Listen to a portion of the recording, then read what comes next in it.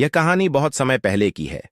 एक अकेला हाथी एक घने और अनजाने जंगल में घूमते घूमते पहुंच गया। यह जंगल उसके लिए बिल्कुल नया था। यहां हर पेड़, हर झाड़ी और हर जीव उसके लिए अनजान था। यह जंगल बेहद सुंदर था, लेकिन फिर भी यह अकेलेपन का एहसास कराता था। हाथी के पास न तो किसी से बात करने का मौका था और न ही कोई ऐसा था जिससे वह अपने दिल की बातें कह सके। उसने इस जंगल को देखा और सोचा कि अगर मैं यहां कुछ दोस्तों से परिचित हो जाऊं तो यह जगह मेरे लिए और भी खास हो जाएगी।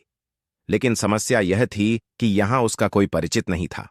वह अकेला था और दोस्त बनाने के लिए बेचैन हाथी ने ठान लिया कि वह इस जंगल में कुछ नए दोस्त बनाएगा। इसके लिए उसने सबसे पहले ऊंचे पेड़ों पर झूलते हुए बंदरों का एक झुंड देखा।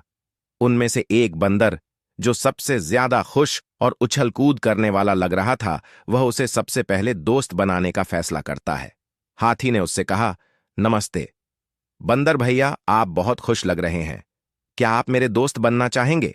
बंदर ने उसकी तरफ देखा और जोर से हंसते हुए कहा, तुम इतने बड़े हो और तुम्हारी पूंछ भी नहीं है। तुम मेरी तरह पेड़ों पर झूल नहीं सकते। तुम्हारे साथ खेलना भी मुश्किल है, इसलिए मैं तुम्हारा दोस्त नहीं बन सकता। यह कहकर बंदर वापस झूलने लगा और वहां से चला गया। हाथी थोड़ा उदास हुआ, लेकिन उसने हार मानने की बजाय अपनी कोशिश जारी रखी। उसने सोचा शायद कोई दूसरा जानवर उसकी दोस्ती स्वीकार कर ले। वह आगे बढ़ा और झाड़ियों में खेलते हुए खरगोशों का एक समूह देखा। उनमें से एक छोटा और चप्पल खरगोश था जो बहुत प्यारा लग रहा था। हाथी ने सोचा कि शायद यह खरगोश मेरा दोस्त बन सके। उसने उसके पास जाकर कहा, नमस्ते खरगोश भाई, आप बहुत तेज दौड़ते हैं और बहुत प्यारे हैं। क्या आप मेरे दोस्त बनना चाहेंगे? खरगोश ने उसकी तरफ देखा और कहा, तुम बहुत बड़े हो, तुम मेरे बिल में घुस भी नहीं सकते और न ही मेरी तरह तेजी से दौड़ सकते हो, इसलिए मैं तुम्हारा दोस्त नहीं बन सकता। यह कहकर खरगोश तेजी से भाग गया। अब हाथी की निराशा थोड़ी और बढ़ गई, लेकिन उसने फिर भी उम्मीद नहीं छोड़ी। उसने सोचा, शायद पानी के पास रहने वाले जानवर मेरी दोस्ती को स्वीकार कर लें।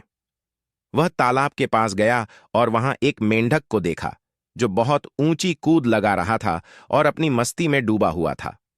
हाथी ने मेंढक से कहा, नमस्ते मेंढक भाई, आप कितने ऊंचे कूद सकते हैं? यह देखकर मैं बहुत प्रभावित हुआ। क्या आप मेरे दोस्त बनना चाहेंगे? मेंढक ने उसकी तरफ देखा और कहा, तुम मेरी तरह ऊंची कूद नहीं लगा सकते और न ही पानी में तैर सकते हो, इसलिए हम दोस्त नहीं बन सकते। यह कहकर मेंढक पानी में कूदकर गायब हो गया। हाथी इन सब बातों से बहुत उदास हो गया। उसे लगने लगा कि शायद उसका आकार और रूप उसके लिए समस्या बन गया है। उसे लगा कि शायद इस जंगल में उसे कोई दोस्त नहीं मिल पाएगा, लेकिन उसने हार मानने की बजाय अपने आप से कहा कि मैं अभी और कोशिश करूंगा। एक दिन अचानक जंगल में अफरा तफरी मच गई। हर जानवर इधर उधर भाग रहा था। कोई छुपने के लिए जगह ढूंढ रहा था तो कोई डर के मारे कांप रहा था। हाथी ने यह सब देखकर पास दौड़ते हुए एक भालू से पूछा, भालू भैया, आप सब लोग इतने घबराए हुए क्यों हैं? भालू ने हांफते हुए कहा, जंगल का शेर शिकार पर निकला है और वह हम सबको खा जाएगा। उसने हिरणों के झुंड पर हमला किया है और अब वह हमारी तरफ बढ़ रहा है। यह सुनकर हाथी ने सोचा कि अब समय आ गया है। जब उसे कुछ करना चाहिए, उसने तुरंत शेर का सामना करने का फैसला किया। वह सीधे उस दिशा में चल पड़ा जहां से शेर के दहाड़ने की आवाज आ रही थी। उसने देखा कि शेर एक हिरण का पीछा कर रहा था जो बहुत डर से कांप रहा था। हाथी ने शेर से कहा, शेर राजा, कृपया इन निर्दोष जानवरों को मत सताइए, इन्हें जीने दीजिए।